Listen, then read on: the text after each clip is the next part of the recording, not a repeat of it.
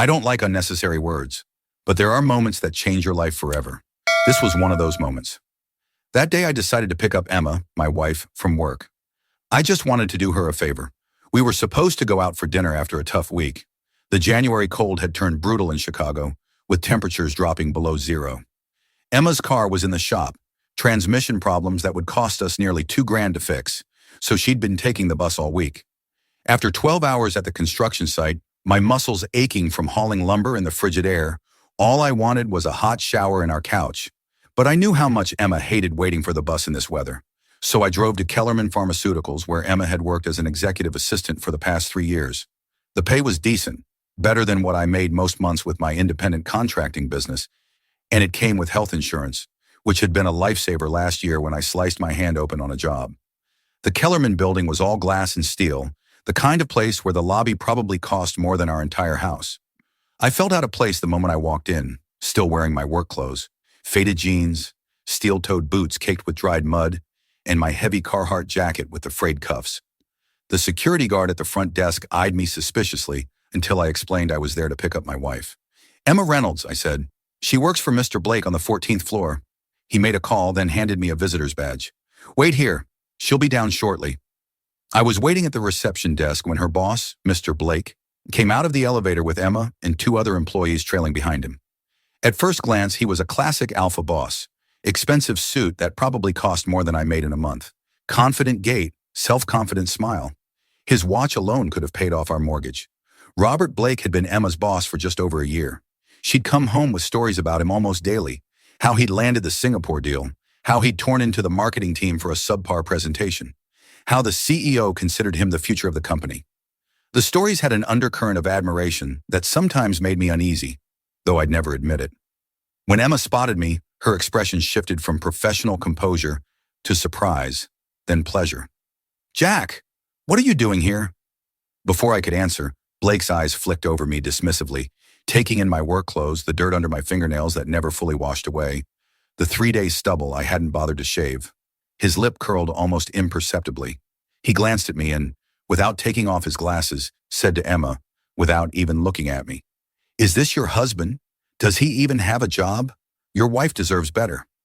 The lobby fell silent. The receptionist suddenly became very interested in her computer screen. The 2 employees with Emma, a young man in a crisp suit and a woman with a tight ponytail, exchanged uncomfortable glances. It felt like I was hit in the head with a butt. The casual cruelty of it, the dismissiveness, like I wasn't even worth addressing directly. I could have said something, could have told him that I ran my own business, that I'd built custom furniture for some of the wealthiest homes in Chicago, that my hands might be rough, but they were honest. Could have mentioned that I'd put myself through trade school while working nights at a warehouse. Could have pointed out that his Italian shoes probably cost more than I spent on clothes in a year, but at least I could change a tire or fix a leaky faucet without calling someone. But I didn't answer. I just took my wife's hand and left. Her eyes were burning with shame and anger. We were silent on the way home, the only sound the rattling heater in my truck fighting against the January cold.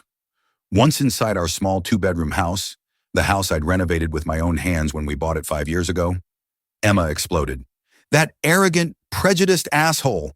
She paced our living room, still wearing her office clothes, the dark blue skirt suit she'd found on clearance, and altered herself. "How dare he speak to you like that? And in front of the entire lobby." I hung my jacket by the door. "Forget it, Em. It doesn't matter." "It absolutely matters. I should report him to HR." I shook my head. "And then what? He's a senior VP. You're an assistant. Who do you think they'll side with?" Emma stopped pacing, the fight draining out of her. "It's not right, Jack." "No, it's not," I agreed, pulling her into my arms. "But it's not worth risking your job over. We need that insurance, especially with your mom's treatments coming up." Emma's mother had been diagnosed with breast cancer 3 months ago. The prognosis was good, but the treatment would be expensive, even with our help. Emma sighed against my chest. "Why didn't you say anything to him?" "What would be the point? Men like that, they don't see value in what I do. In his world, success means corner offices and golf memberships, not calluses and sawdust." She pulled back to look at me, her green eyes fierce. "I hate that he made you feel less than. You're worth 10 of him, Jack Reynolds." I kissed her forehead. "Come on, let's still go out. I've been thinking about that little Italian place all day." But the truth was, Blake's words had lodged somewhere deep, feeding insecurities I usually kept buried. Emma had been the smart one, the one with the college degree and career potential. I dropped out after 2 years to help support my dad when he got sick. By the time he passed, I'd already started apprenticing with a master carpenter and found I had a knack for it. Emma never complained about money, but I knew she'd grown up with more. Her father had been an attorney before the drinking took over. There were times I caught her looking wistfully at vacation ads or designer stores, and I wondered if she ever regretted choosing a life with me. That night, after we'd gone to bed, I heard Emma on the phone in the bathroom, her voice a harsh whisper. "I don't care if he is your best client, Jen. You should have heard how he spoke to Jack.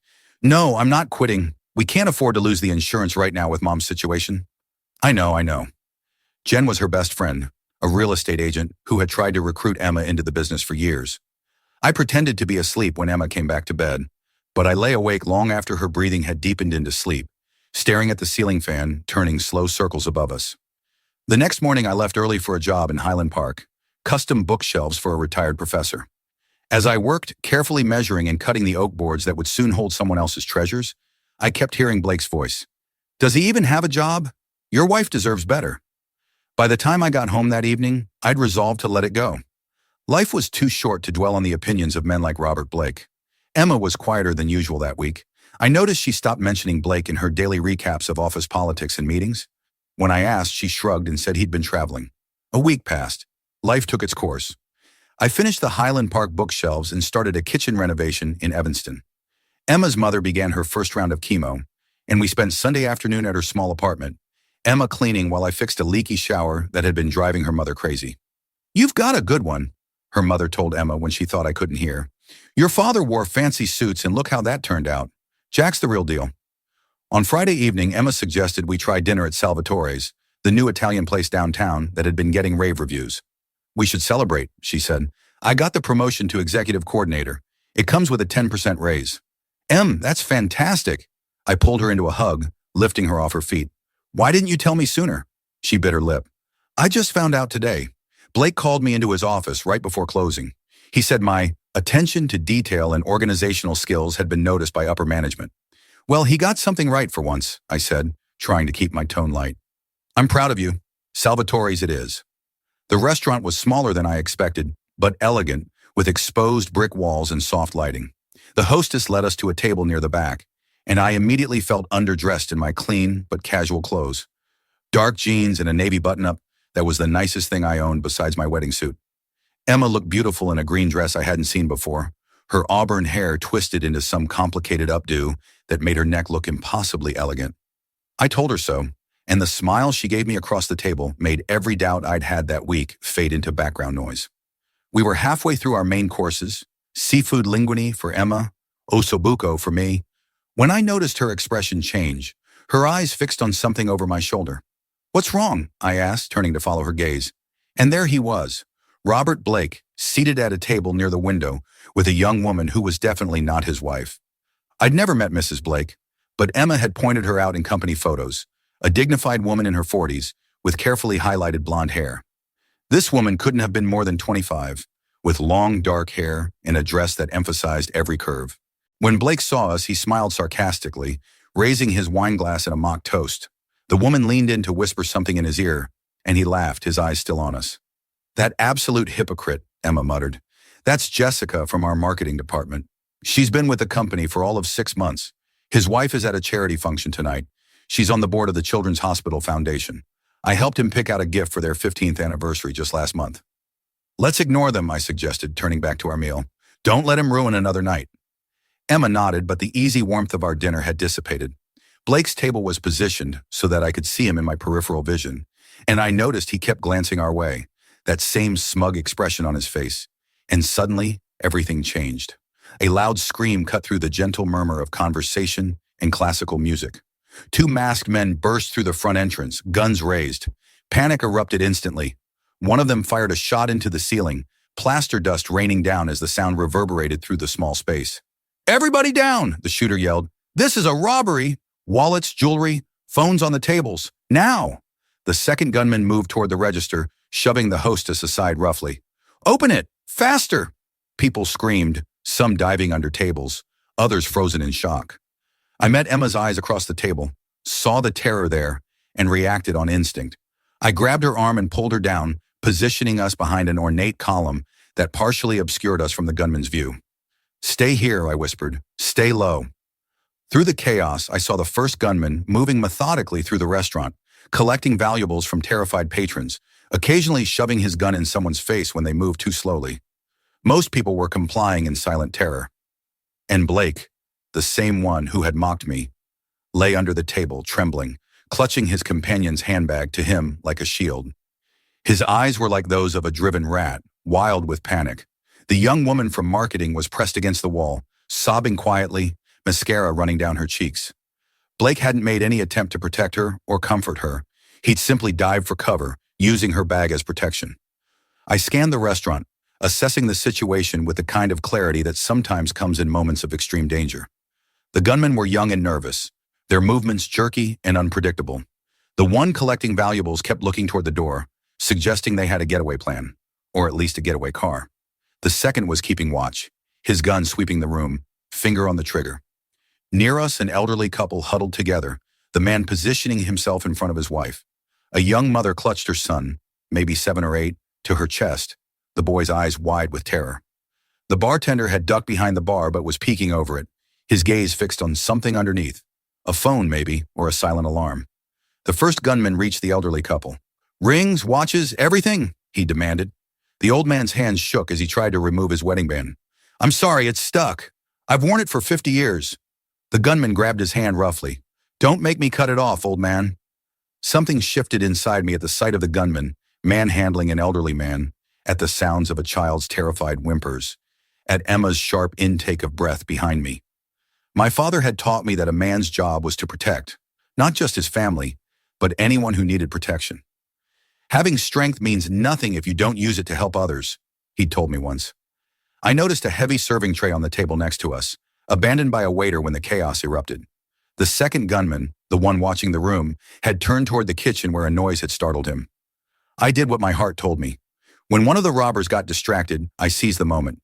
In one fluid motion, I grabbed the heavy metal tray and stood. With all my strength, I threw it like a discus at the second gunman's head. The tray struck him with a resounding clang.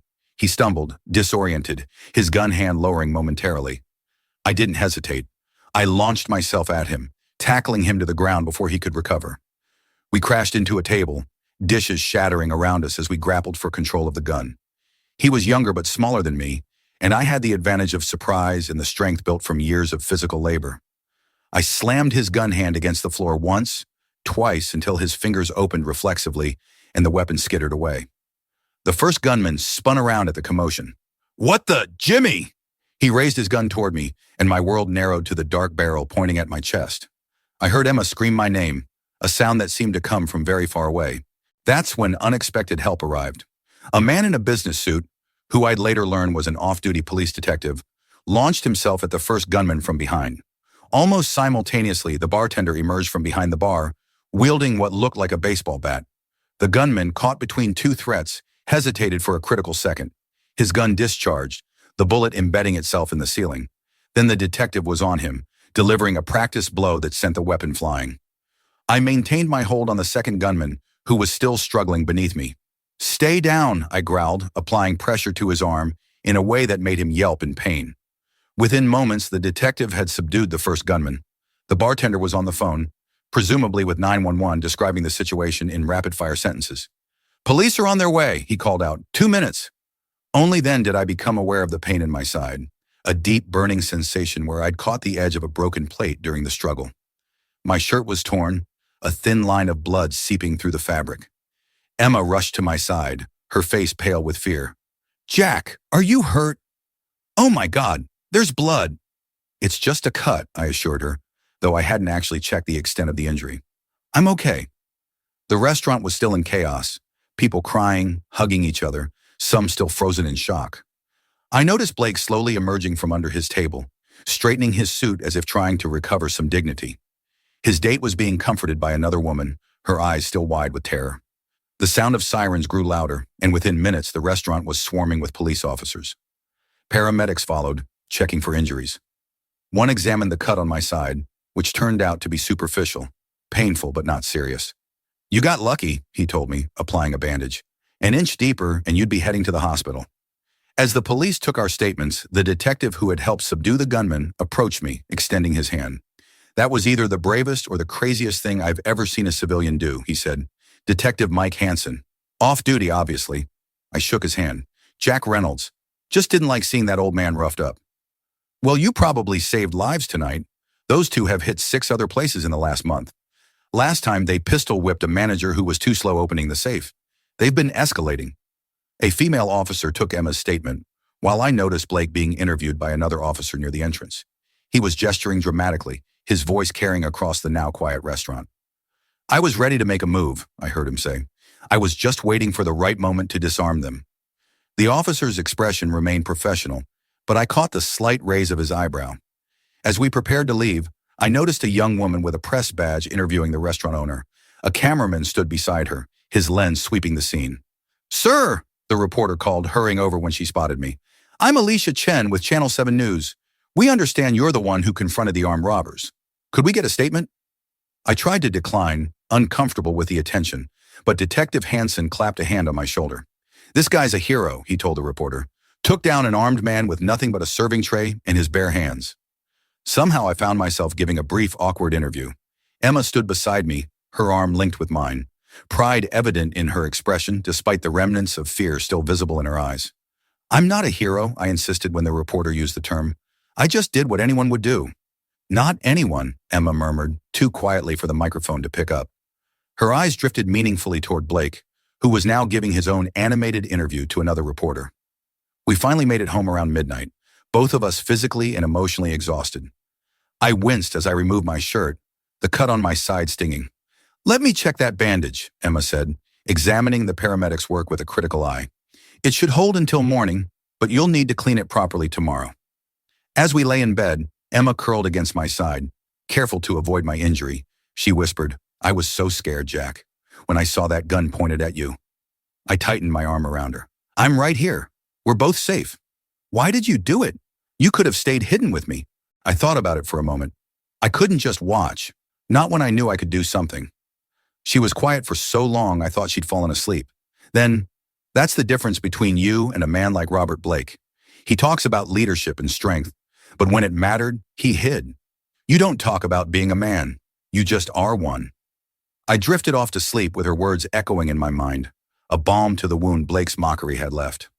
My name was in the news the next morning. Television, newspapers, the internet. Local contractor stops armed robbery, risking his life. The Channel 7 clip had been picked up by national networks, my uncomfortable interview playing on repeat throughout the morning shows. My phone started ringing at 7 a.m., friends, family, even clients calling to check if I was okay and express their amazement at seeing me on television.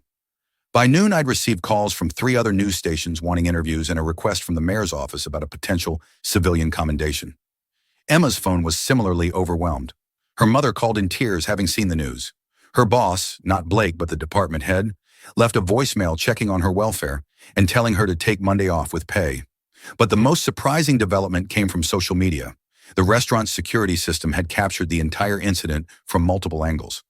Someone, I later learned it was the restaurant owner's tech-savvy son, had edited the footage together and uploaded it to YouTube with the title Real Hero versus Fake Alpha. Watch how different men react during restaurant robbery. The video showed everything in high definition. The gunman entering, the initial panic, my calculated observation before taking action, the moment I launched the tray and tackled the gunman.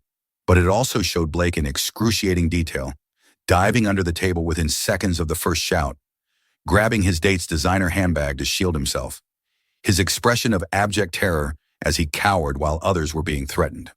Most damning was the split-screen comparison, me launching myself at an armed man to protect strangers, juxtaposed with Blake hiding under a table, using a woman's purse as a shield, his mouth forming the words, "Don't shoot me, take her jewelry instead," as he pointed at his young date. The video went viral overnight. By Sunday evening, it had over 5 million views and was being shared across every platform. The contrast was striking, and for many viewers, a perfect encapsulation of the difference between real courage and performative masculinity. The comments section was brutal. Table guy proves expensive suits don't make the man. Imagine being on a date and your man hides behind your purse. Construction worker, real man. Executive, Real coward. This is why I date blue-collar guys. They actually have spines. Monday morning, Emma called me from work, her voice pitched with barely suppressed glee. "You won't believe what's happening here," she said in a hushed tone. "Blake came in wearing sunglasses and went straight to his office. Closed the blinds. His assistant says his phone has been ringing nonstop, but he's not answering." "The video?" I asked, already knowing the answer. "It's all anyone's talking about. The break room went completely silent when he walked past, and HR has called him in for a meeting this afternoon." "About the robbery?" "About Jessica, his date. Apparently there are rules about executives dating junior staff, rules that are suddenly being enforced very strictly." By Wednesday, the video had expanded beyond social media to mainstream news coverage. A national morning show ran a segment titled "Viral Video Sparks Debate About Modern Masculinity," featuring interviews with psychologists and cultural commentators analyzing Blake's behavior versus mine. Someone had created a meme contrasting my image throwing the tray with Blake hiding under the table. The caption read, "When she says she wants a real man who will protect her." It had been shared millions of times. Blake had stopped coming to the office altogether, claiming to be working from home. But the internet is relentless. Someone had found and shared his LinkedIn profile, his company bio, even photos from his country club's website. His carefully crafted image as a tough, decisive business leader was being systematically dismantled by millions of strangers. How he hid under the table, covering his head with a napkin, how he trembled, how he whispered, "Don't shoot," while using his date as a shield.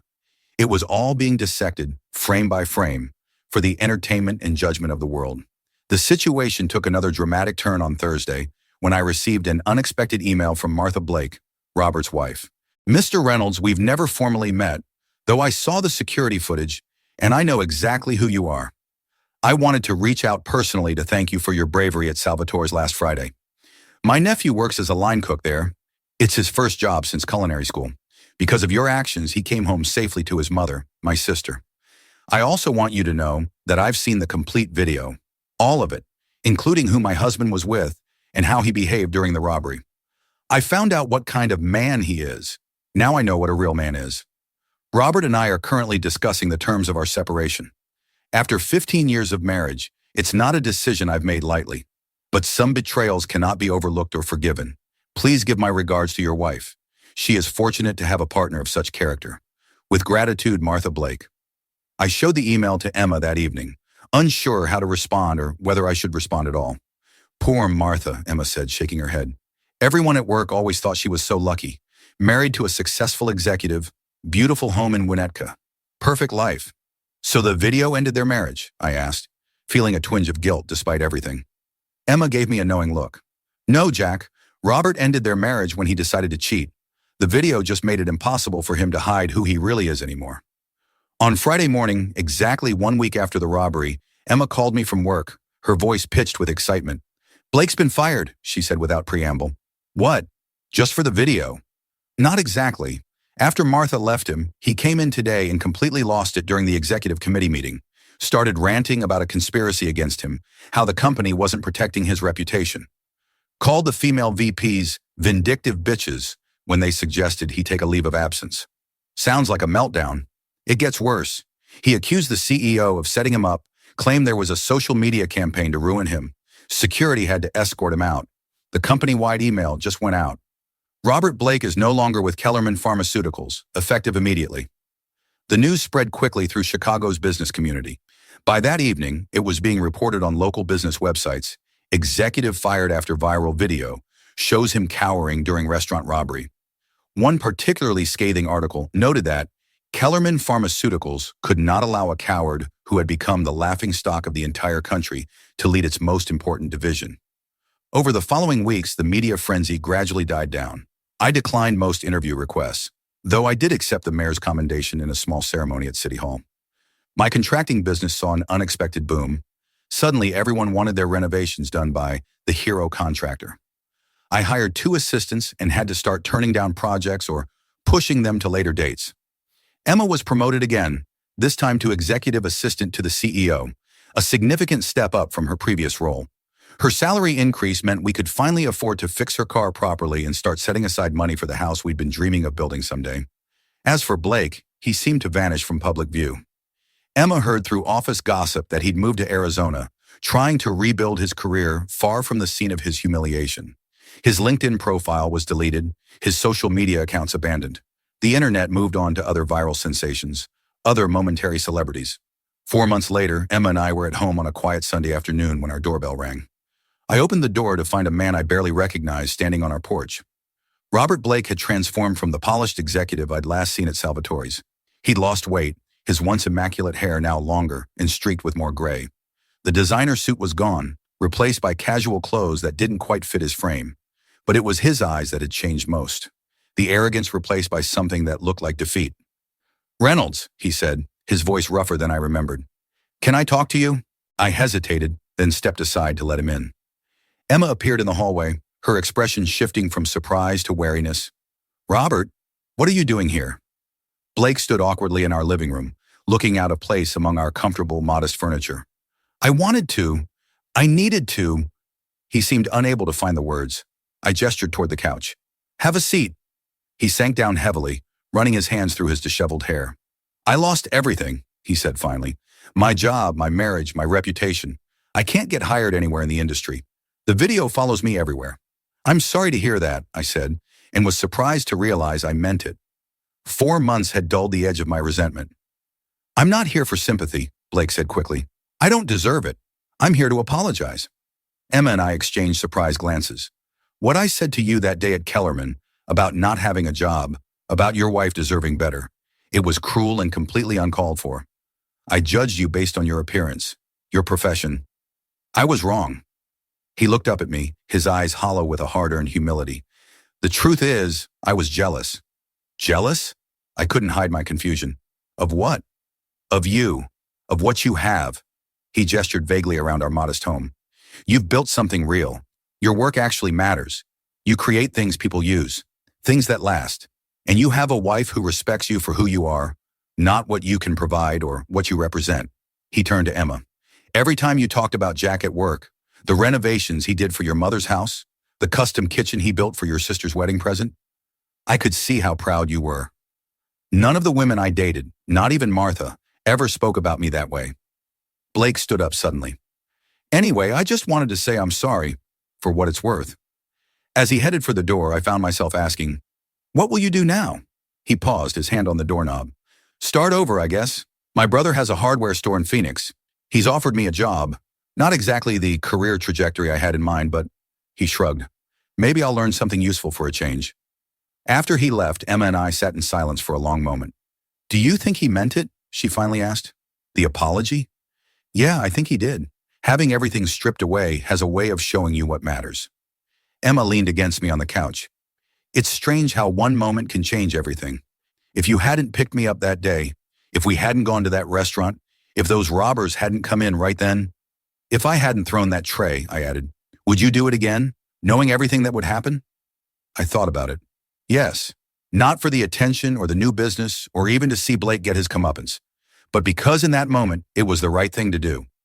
6 months after the robbery, we held a housewarming party at our new place.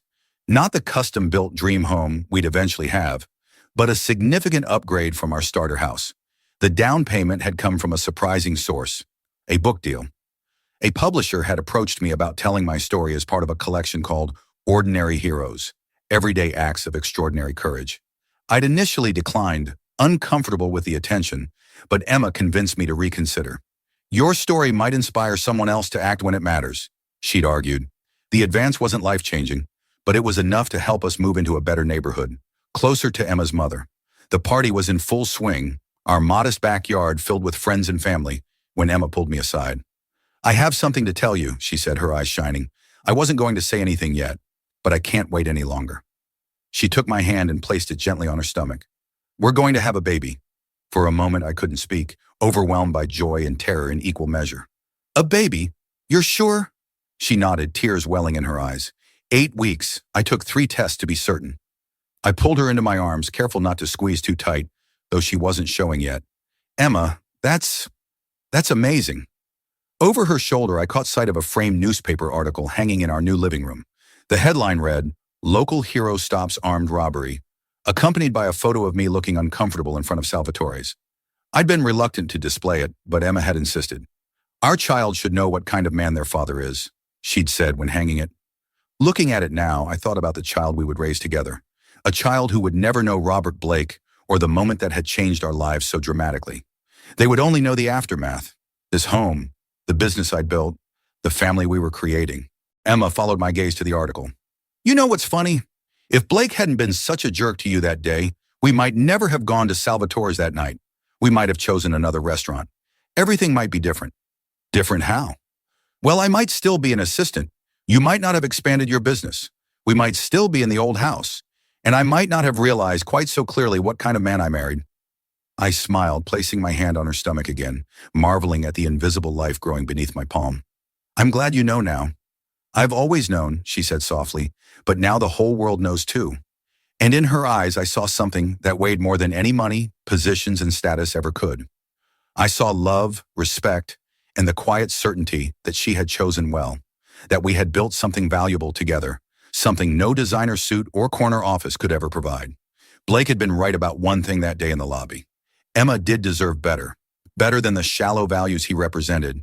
Better than a man who measured worth by bank accounts and job titles.